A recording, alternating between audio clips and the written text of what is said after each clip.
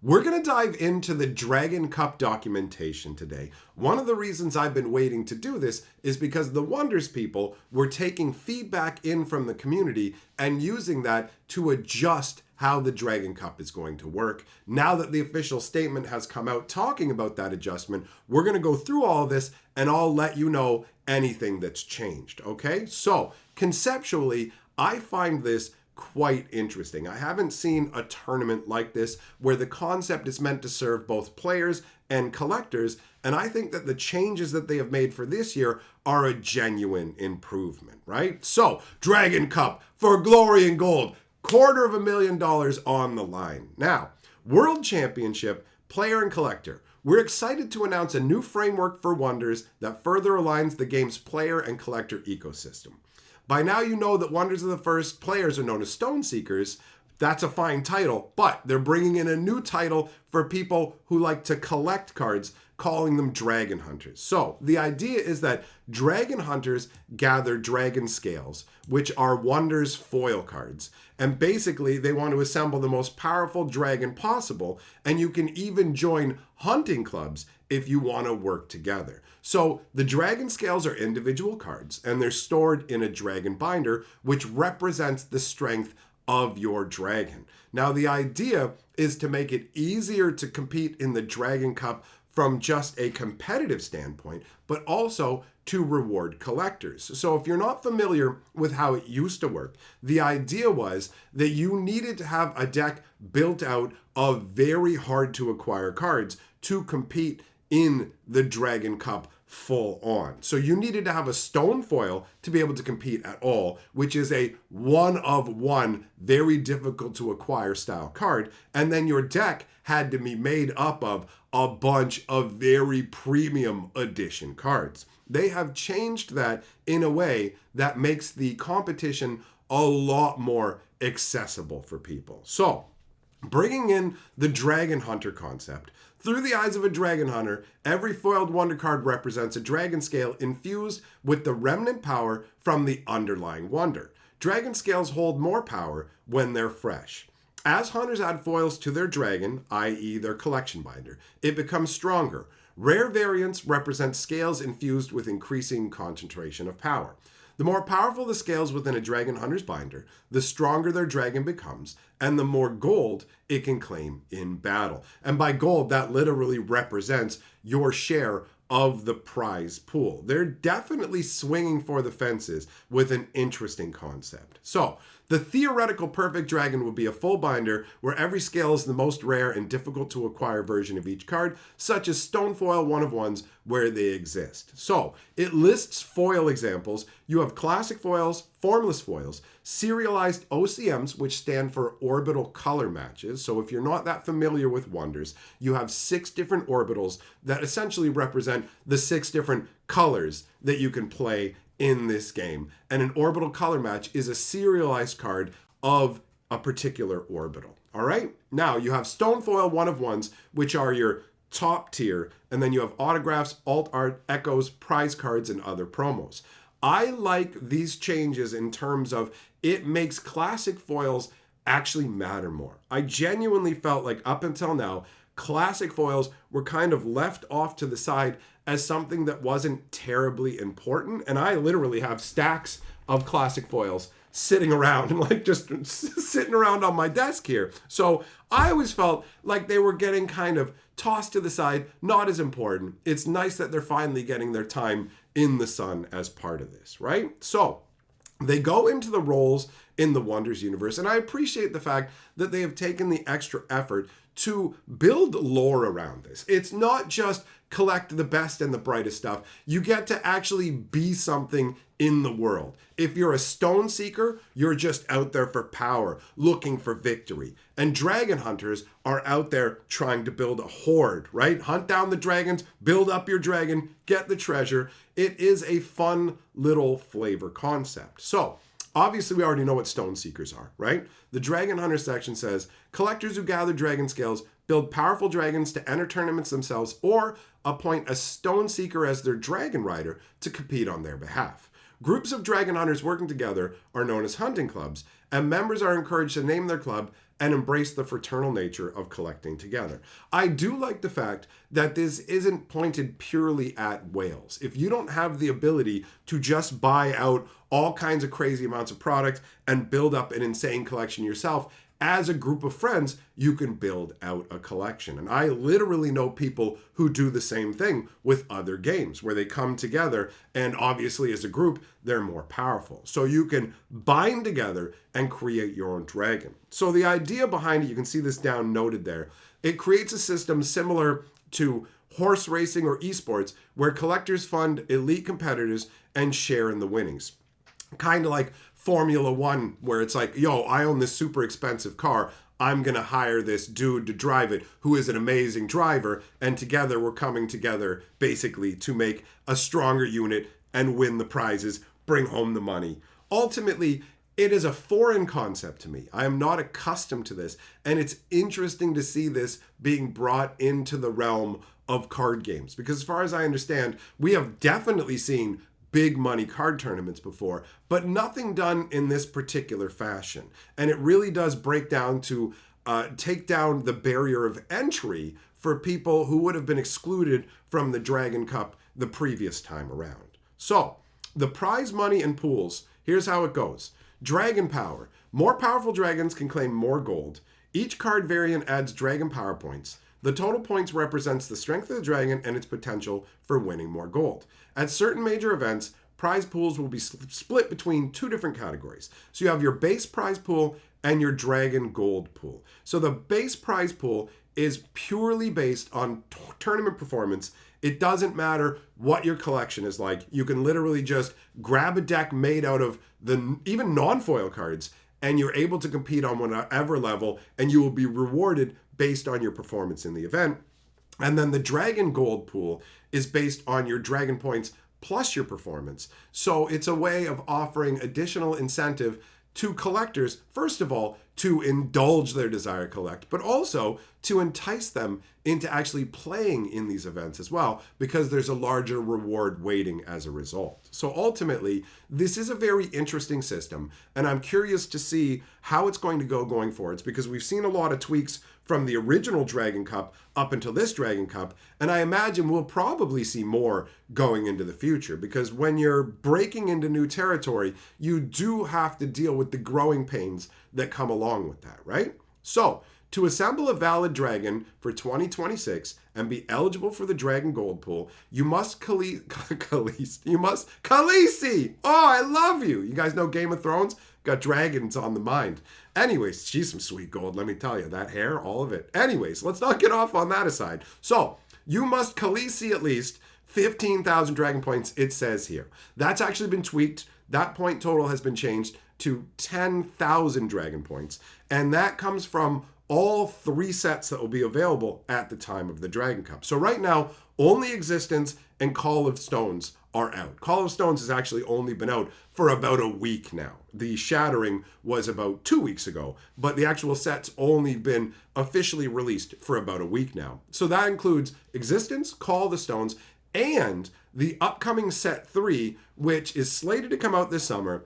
We haven't been told the name, but I will let you know. I have been told some behind the scenes stuff that I can't reveal about it, and it's going to be interesting. All right? So, it says, yes, hunting a dragon is challenging. It's supposed to be, and that's also why we have hunting clubs. So, again, remember, it's 10,000 points now, and you are only allowed to have 1,000 scales. Remember, each scale is an individual card. So, you are looking to get 10,000 points across a total of 1,000 cards. Now, the more points you have, the stronger your dragon. So 10,000 is essentially like the minimum, right? So when you look at this, here's the initial setup for the PowerPoint system. You can see that they have the rarities along the side, so common all the way up to mythic, and you can see the breakdown for each of the different types of foils. Classic foil, formless, OCM, and stone foil. Stone foil obviously being the big prize because there's very, very few of them in existence. I believe there's probably only roughly about 1,000 or more stone foils because there's only 400 cards roughly in each set, and each card will have its own stone foil. There are tokens and some special promo and alt stone foils as well, I believe, but ultimately I'm guessing maybe 1,500 of them in total. So you can see even a common stone foil is going to net you 100 points. I'm fortunate enough that I actually have a couple stone foils of my own. We're going to discuss one of those in a very special video that I'm going to put out in the future about something that's super exciting to me. But regardless, you can see there are a number of different tiers of foils and a number of different points that you get based on those foils. But there are actual bonuses as well, where when you go down here to the bonus section, you can see that if you get anything like an autographed card, and these have to be cards that came from a booster pack. You can't go and get the celebrity signature on the card and have that count. So if you get a non-signed version of a celebrity card, you can't cheat the system by just going and meeting them and have them sign the card. It has to actually have come from a Wonders booster, and you can see that its point value is the same as a stone foil mythic. So it's right up there. And then you can see they have pack pulled alt arts. So when you talk about the classic foils and the formless foils, anywhere lower than rare is really not that big a deal. The alt art OCMs, you start to get more bonus points once you get up to that level. Epics, stone foils, obviously. Echoes, which if you didn't know, Wonders has a reprint philosophy where they say, we're not going to reprint cards on the regular. They did carve out an exception where they're allowed to print up to 1,000 copies of any card just one time, basically, as what's known as an echo. So we saw those for the first time with the Call of the Stone set, with things like the Phoenix Quill. And it makes sense because obviously that's a super exciting card that people want to have. And this obviously adds an extra layer to getting echoes. Tokens are included as well. They're not worth very much points really at all. I mean, stone foil tokens are where you might end up getting like a reasonable boost, but everything else token wise, even the OCMs, only give you a tiny little boost. But you also have promo bonuses for things like that. And if you have foil proofs, for example, so as far as I understand, the foil proofs are just pre-release cards that are, I think they're all slabbed as well. I'm not 100% on that. Don't quote me on it. But they're even including art proofs in this where they count towards your point total. And as somebody who actually happens to have an art proof, I ain't complaining about that. I own the Techno Historian art proof, which is something that we will talk about in another video where it's fun to collect up the cards. I have a ton of Techno Historians as a result of that, and it actually allows me to do different things with it as well. I have the ability to write lore for the character. I have the ability to use the artwork for different purposes, which you've already obviously seen illustrated just in this channel itself with the intro and other things. So it is a lot of fun that they include it. Now, bear in mind that when it comes to fresher scales, which means cards that were published this year. So it's not going to account for existence, but it will count for Call of the Stones and set number 3 that's coming out in the summertime. And both of those get a 35% increase to their bonus. So you're going to want to bear all that in mind when you do the math. There is going to be a fair bit of math involved in sorting out the value of your collection, but part of that will be fun because you watch your total increase. It's going to become more enjoyable, right? So basically, now we get into some of the nitty gritty, which is obviously not as enjoyable. This is just the structure of it, so you need to understand. You need to maintain a separate binder for each set with your cards in numerical checklist order. This is obviously for ease of verifying the point values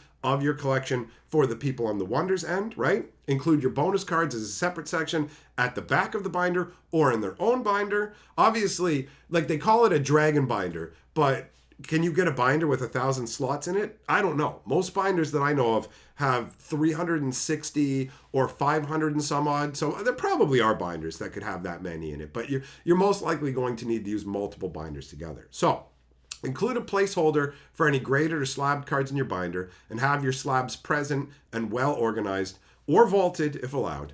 Binders will be held from the time of check-in until the event concludes. You're not allowed to use anything in your dragon binder in your actual dragon, like in your actual deck that you're competing with in the Dragon Cup. But on the nice side of that, you don't have to use any premium versions at all for the deck that you were using in the Dragon Cup. You can use something as basic as non-foils, where before you had to have a certain threshold of OCMs. I believe it was you had to have like 25 OCMs. The rest of your deck had to be made up of things like formless foils or better, and you had to have a stone foil to even be able to compete. Now they had the same kind of concept where other people could compete on your behalf, so people who had stone foils could bring other people in. But this has lowered the threshold to compete, which will draw more people in, and the more people are playing, the more people are naturally going to get into collecting as well. So it has a knock-on effect.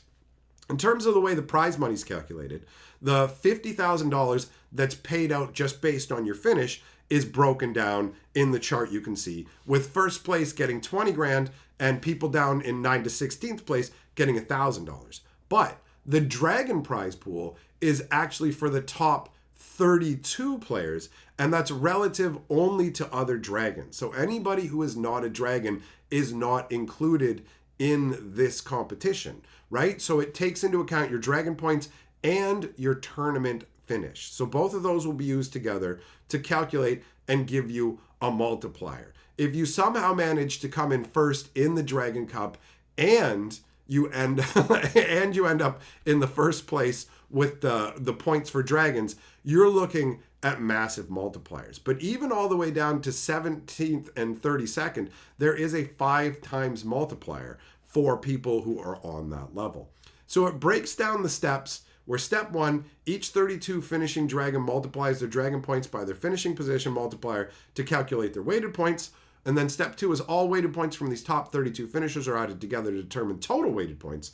Step 3, each dragon receives its prorated share of the 200,000 dragon gold pool based on their weighted points as a percentage of the total weighted points. So that might sound a little arcane to you, but it's just a bunch of math that's going to basically say, depending on how big your dragon is, that determines your share of the prize pool, also bearing in mind your position in the top 32 placement, right? So they go into an example here, but the thing is it uses a point example that I'm not going to go over this because I don't feel like I need to break down that level for you. It's just going to make your eyes roll back in your head. So you can feel free to pop on over to the Wonders Discord and take a look at this document if you want to. There's a few things they say that you want to know here. Binder check-in, you're going to basically declare a point total for your binder, and then post-event, the winning binders will be audited. Any binders determined to not meet or exceed their declared point total will be disqualified. So they basically will allow you to declare a point total lower than your actual number on the off chance that you make a mistake and you don't actually get the right number. So they say that it's up to you to declare how close your actual total is up to what it is, and your confidence that you haven't made a mistake. So there does feel like a little bit of a gamble in there, right? If you want to say 100% what the point total is and you're wrong. So playable decks. At Dragon Cup events, your binder is locked for the duration of the event, and none of the cards included can be used in the playable deck. I mentioned that already. All Stone Seekers in the event are required to have a separate playable deck, official legal cards only, right? So other than that, they've got the problems this framework is designed to solve. Basically, dragon hunters can more freely collect what they enjoy because every foil adds up to your dragon point total. So you're not required to focus on anything in particular. Whatever makes you happy is what you can go after. Stone Seekers can build decks with 100% freedom because the premium card requirements of last year's Dragon Cup are removed. And that was a genuine restriction. You couldn't build the optimal deck unless you could get OCMs or formless foils of those. And by having to have a certain amount of OCMs, that would also hobble you in some ways, because if you had a limited number of OCMs, like I literally could have put together a deck for the Dragon Cup, but it would have been a complete pile of garbage. Although it might have still been worth it to enter it, simply from the perspective of if other people couldn't meet the requirements and you're literally going to place in one of those finishing spots, you're going to get more money than it costs to enter the tournament. And even if you fail miserably and come in last, you're still ahead because there's just not enough competition, because literally not enough people could field decks or effective decks. So that really does take it into a proper competitive realm where you can bring your best strength to the table. And it's going to be easier for Stone Seekers to partner up with Dragon Hunters because you don't have to worry as much about the previous restrictions, right? So ultimately, it is interesting to note how this system is going to function. I've never seen anything like it. And the last thing to touch on is what's going on with the World Championship 2026. It says, see you in November. Expect an upgraded experience at the World Cup Championship 2026. So it talks at first about how Star City Games does a great job for them, but at the same time, they basically have to deal with a bunch of other different card games, and Wonders can't really take over one of their events. So as a result, Wonders is going to host the 2026 Dragon Cup themselves. And so they say, if you've been to a Shattering, you know that we do things right when we host the community. They're not wrong. I've been to both Shatterings, and I had an unexpectedly good time both times. I'm looking forward to heading to the next Shattering that'll be happening around summertime. So it says the Dragon Cup will be a celebration of Wonders, its elite gameplay, and innovative collectability framework. Players will enjoy a premium setup for all the games, and Dragon Hunters can expect lounge spaces, closed circuit feeds, food and beverage options, and all-around nice atmosphere to grow your friendships and enjoy following your riders as they compete for glory and gold. I really enjoy the energy that currently surrounds the Wonders community. There is nothing bad really going on with it. The game is still in its nascency. They've just put out their second set. They've got a lot of growing to do. I had an awesome time at the last Shattering. Some of my fans who played other games came down and had a fantastic time. In fact, if you haven't checked out my video talking about the Shattering, now is a great time to go and watch that, because this wraps up everything that you needed to wonder about in terms of this event. See what I did there? I used the name of the game. I'm so clever. And anyways, go enjoy some more videos on this channel, because ultimately I'm still growing this thing, and the more content you watch on this channel, the faster it helps this channel grow, and the faster it helps me bring this one into the YouTube Partner Program. So thanks for coming by and hearing what I have to say. I will catch you guys for the next video.